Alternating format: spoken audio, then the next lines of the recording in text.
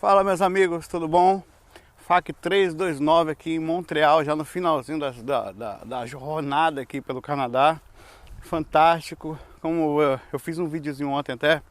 Estou no Parque Maisonneuve, acho que é assim que fala lá, Maisonneuve, aqui em Montreal. Bem bonitinho, bem verde, né? Bem grande. Eu ontem, foi bem legal, foi duas oportunidades, o pessoal tá falando que eu tô ficando velho, tô esquecendo as coisas. Eu de novo, eu tava com meu irmão, né? E a família passeando dele. Aí eu tirei a mochila, botei no chão assim, pra tirar uma foto, rapaz. Aí lá ficou. Meia hora depois, mais ou menos, a gente já tinha ido embora. Aí quando eu cheguei em casa, eu ia também a mochila, Sandra. Aí entramos, fomos correndo até o parque, né? Pra ver se ainda encontrava, né? Na esperança de que, por ser o Canadá, as pessoas não teriam mexido, né? Cheguei lá, tinha uma menina com minha mochila assim, fazendo assim, ó. Balançando ver se, eu por todos os lados, ver se encontrava o dono. Aí eu cheguei perto dela, ó, tem aquela no speak English. Aqui em Quebec o pessoal fala mais francês. E é comum eles não saberem mesmo falar inglês. Tem alguns que falam as duas línguas. Normalmente, no geral, falam as duas línguas, mas algumas pessoas realmente não falam. Foi bem interessante. E vamos aqui, vou aproveitar essa oportunidade, esses últimos dias aqui no Canadá. Quando eu voltar ao Brasil, eu vou fazer vou dar uma geral sobre os tempos que eu passei aqui, as energias boas que eu tive por aqui. Enfim, vamos aqui a uma questão aqui. Olá, Saulo. Eu sou Adriano aqui de Campo Grande, Mato Grosso do Sul, e gostaria de saber se os mentores também morrem. Ok? Um abraço. Pô, se os mentores morrem, Jesus morreu, entre aspas, ele ressuscitou e tudo, hein?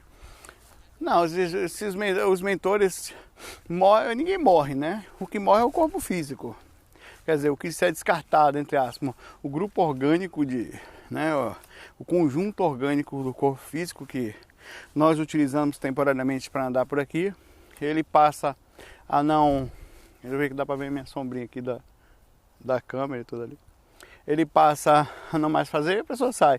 Assim como também espíritos de alto porte, espíritos de gente boa, espíritos que têm a função somente de ajudar as pessoas, outros que têm a função intelectual, outros que têm sempre a função de amparar, de levarem boas informações. Às vezes o mentor não é só aquele cara que aparece muito ou que faz grandes projetos, às vezes é o cara sutil ali que ninguém vê, que ninguém observa, que vai só para ajudar a sua família, às vezes é para ajudar a sua família em formas diferentes, às vezes é um espírito que vem dar uma força, nasce no meio da família, às vezes vem até com problemas físicos, não por karma, mas por mostrar às pessoas como uma pessoa pode ser resignada e calma, mesmo nessa situação. Então, é muito relativo essa coisa do mentor morrer. O mentor não morre, é como a gente, né? Eles encarnam e desencarnam e para se tornarem mentores, ou quer dizer, pessoas relativamente mais equilibradas, eles certamente já encarnaram várias vezes e já alcançaram um nível de consciência, um nível de percepção a ponto de aprender a controlar seu interior, seu emocional, né? As experiências do dia a dia se tornaram pessoas, enfim, preparadas para isso. Mas vamos aqui. Pergunta aqui do nosso amigo Fábio aqui, ó. Vai brigar comigo. Saulo, uma questão que me intriga. Aqui é Fábio de Solana, que tenta várias vezes falar com você, mas é mais fácil falar com qualquer superestado do que falar com sua pessoa. Mesmo assim, eu amo seus fatos e os temas que aborda. A questão é o seguinte: você fala sobre a vontade que as pessoas têm determinadas limitações ao que alcançam por causa de karma e etc., contrariando aquela teoria do segredo. Eu acho até certo ponto que você está certo, mas de forma geral eu penso diferente, que independente disso o indivíduo que desenvolve e busca a verdadeira vontade ele alcança.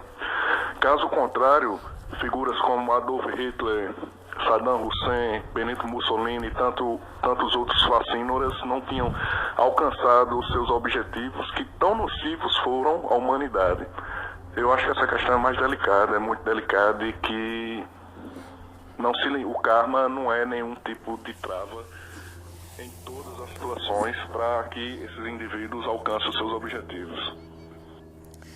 Bom, são opiniões, né? Eu acho que achar é fácil. Eu também acho um monte de coisa e estou errado em muitas delas e estou sempre aberto a mudanças. Se a pessoa chegar para mim e comentar qual é o certo, qual é o errado, eu vou sempre estar hoje com eu sempre falei, já mudei muito em relação à minha opinião no passado. Hoje eu tenho uma visão um pouco mais branda em relação a outras. Bom, eu vou dar uma recapitulada aqui sobre a forma, e deixo claro isso aqui, eu deixo sempre muito claro a forma que eu penso, a forma como eu estou sem óculos hoje porque eu esqueci, não porque eu perdi, tá? Como eu analiso essas coisas. Você falou aí da questão do segredo, que é quando a pessoa, eu concordo com muitas coisas do segredo.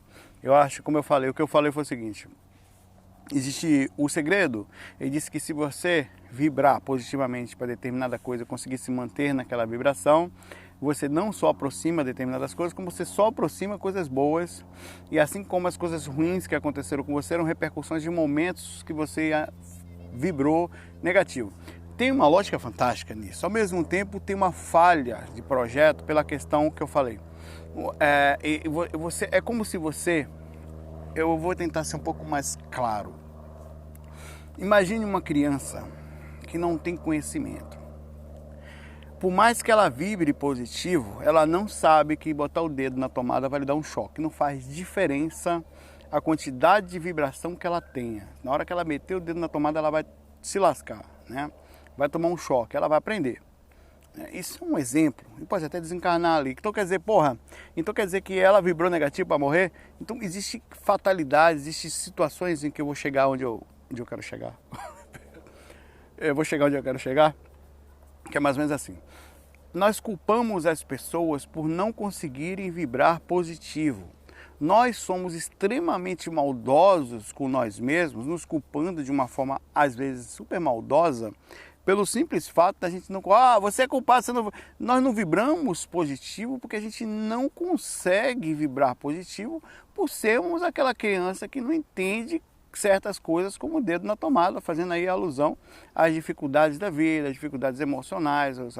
Então, o segredo, na verdade, a falha do segredo, ele morre aí.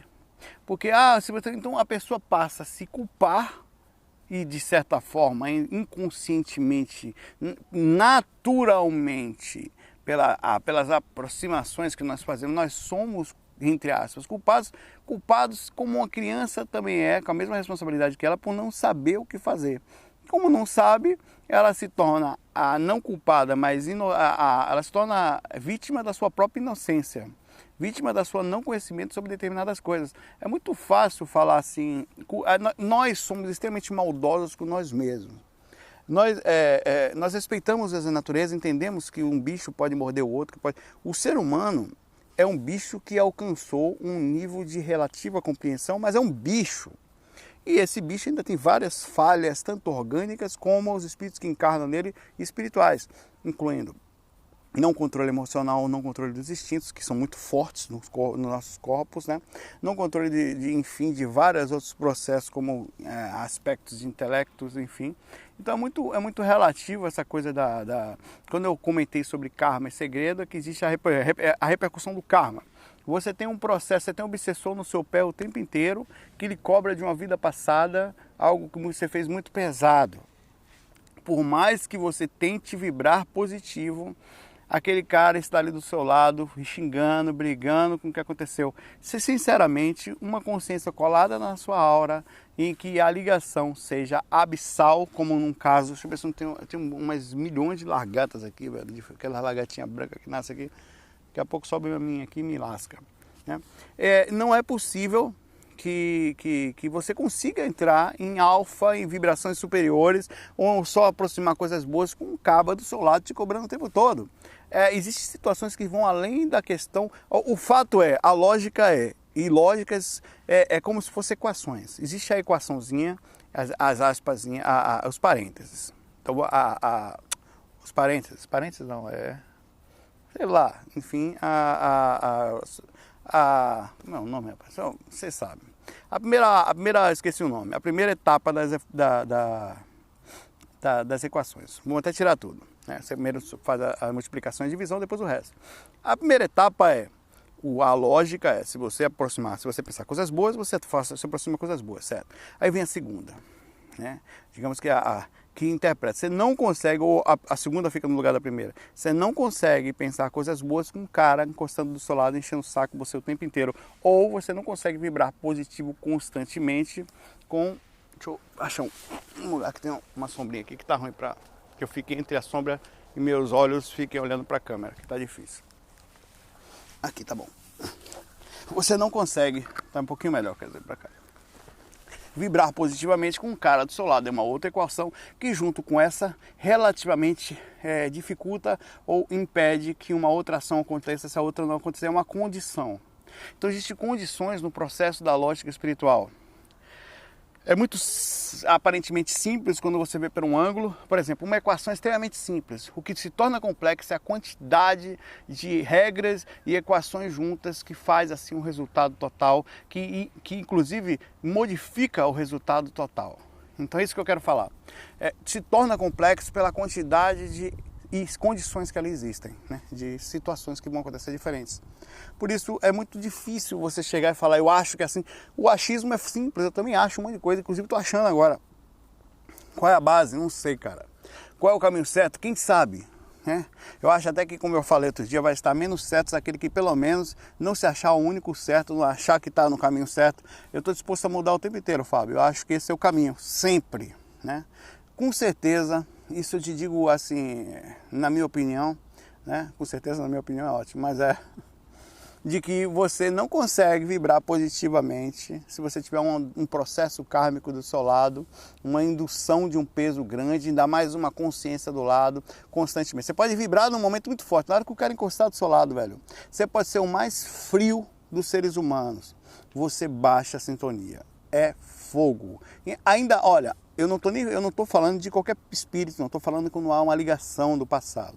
O cara vai cobrar aqui, encostado atrás de você, no seu ouvido aqui, que você não ouve consciencialmente, mas você está entendendo, ele vai encostar cobrando. E a cobrança tem fundamento, você fez aquilo no passado.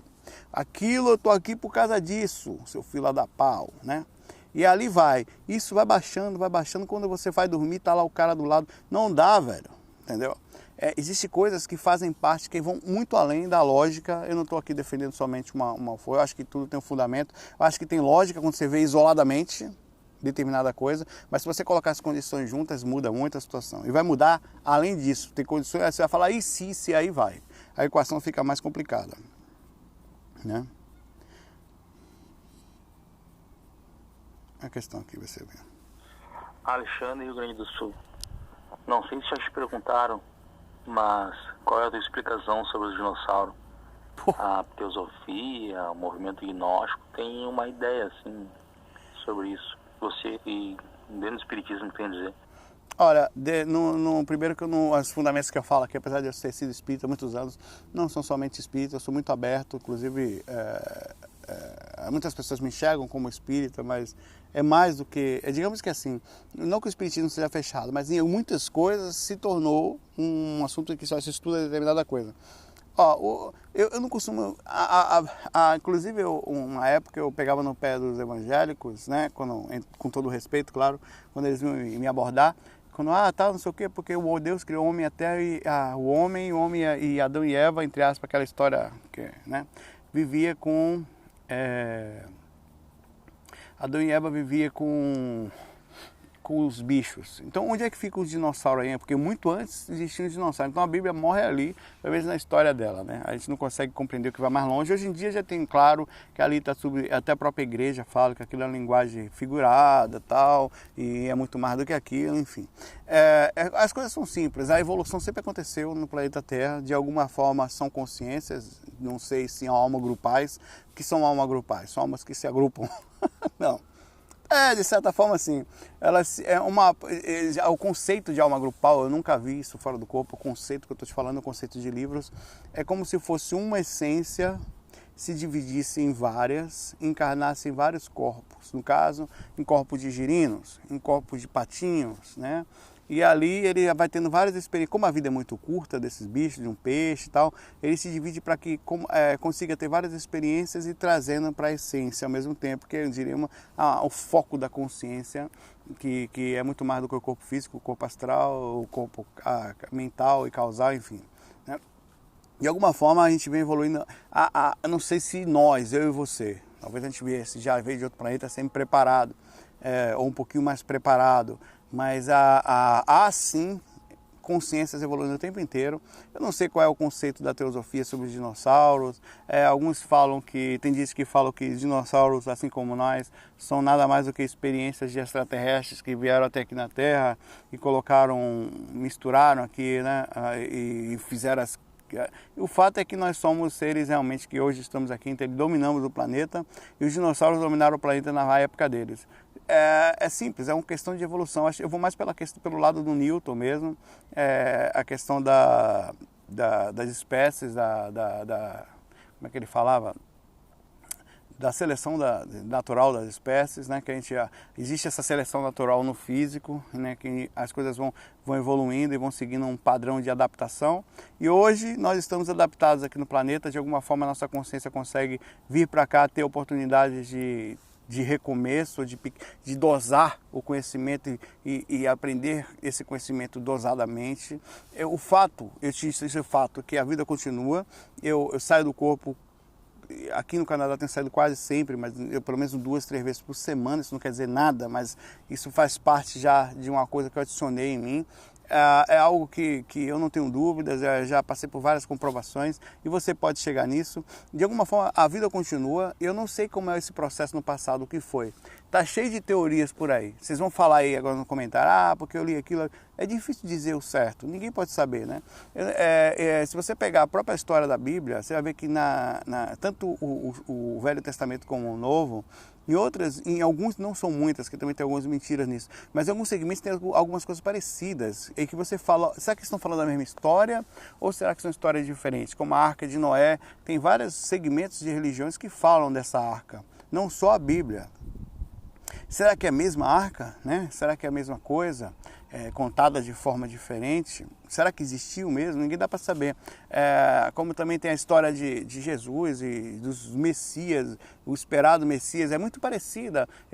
O Jesus, no caso, a gente espera ele voltar, né? Até hoje as pessoas esperam o Messias voltar, como esperava naquela época, a gente tem a ideia de que ele vai voltar. As pessoas acham que ele vai voltar de alguma forma e vem buscar.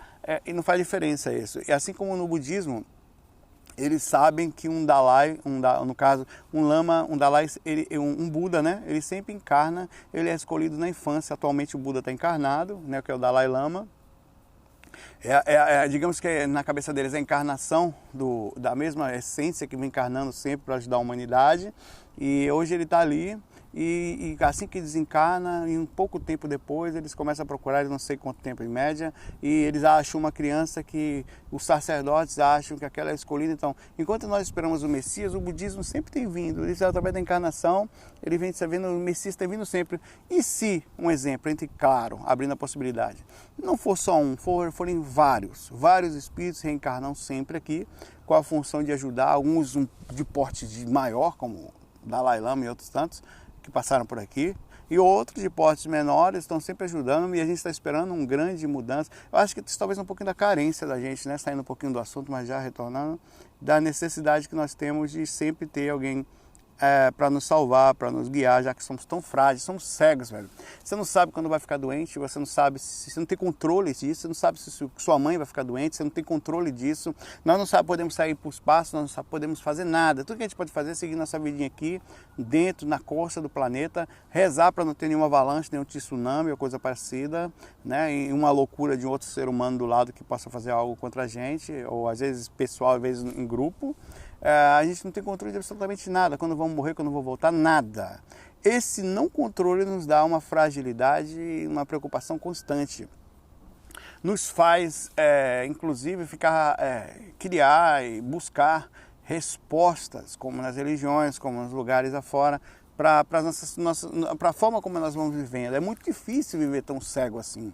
É melhor pegar alguma coisa e abraçar, ainda que essa coisa não tinha lá uma profundidade, uma explicação perfeita, mas a não explicação também já faz parte da crença, daquilo que a gente não entende, da grandiosidade, tudo que a gente entende, que a gente não entende, a gente fala, é Deus é grande. É difícil falar isso tudo, é difícil explicar coisas como dinossauros, o que é isso tudo, ninguém sabe. O fato é, em algum pontinho, para terminar o faca aqui, certo?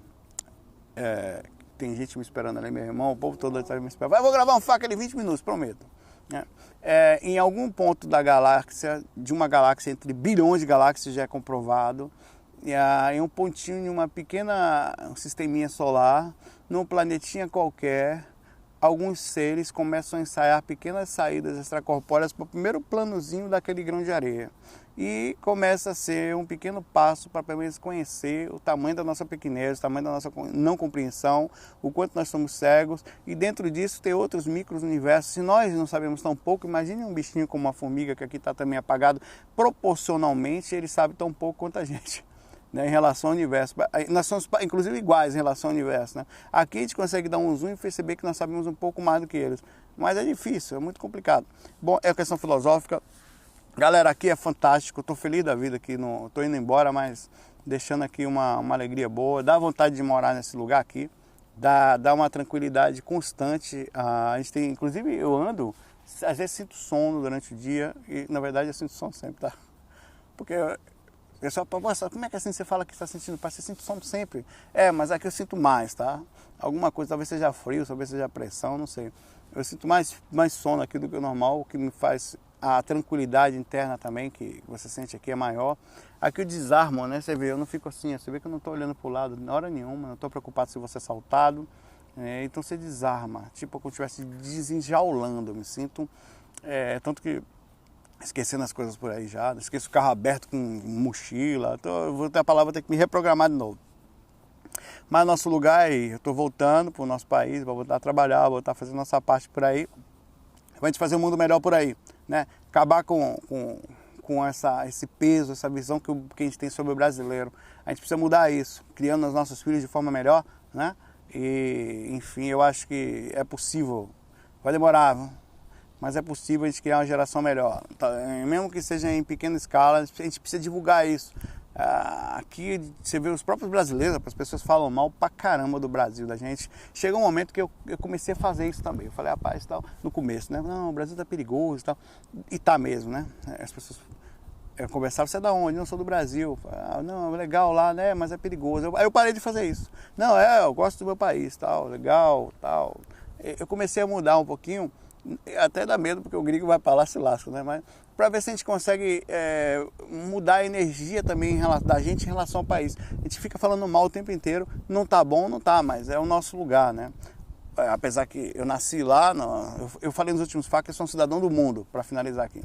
Eu moraria aqui fácil, sem nenhum problema em relação ao Brasil. A gente tem um conceito muito pesado em relação a isso. Ninguém pode sair dali porque senão não gosta do seu país, não. Eu quero ajudar o planeta que eu tô, seja aqui, seja lá. Os vídeos são para isso, eu acho que a gente tem que fazer essa parte. Vou ficando por aqui, vou lá que a galera tá me esperando, encostando no aparelho. Tô aqui, rapaz, essa porra. Eu vou ficando por aqui, a gente se fala. Essa noite eu não tive experiência extracorpórea, na verdade tinha uma catalepsia só, mas não me lembro depois da saída. E a gente se fala. Um abraço aí e até breve. Não, acho que o próximo já vai ser em Recife, já batendo papo. Não sei, vou ver. Hoje é dia 26, tem mais 2 dias aqui no Canadá ainda. Aqui nesse lugar triste, ó.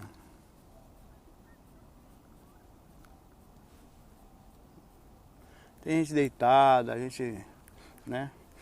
FOI, fui. Eu já ter terminado o FAQ, mas quando eu volto só quero mostrar pra vocês a tranquilidade disso aqui, ó. As pessoas deitadas, cachorro andando do lado de lá, outro cachorro andando do lado de cá, né? Isso aqui não é nenhum parque, é a tranquilidade. Ele não tem medo de ser assaltado nem nada. Isso mexe pra caramba com a gente, sabe? É muito espiritual, né? Um abraço.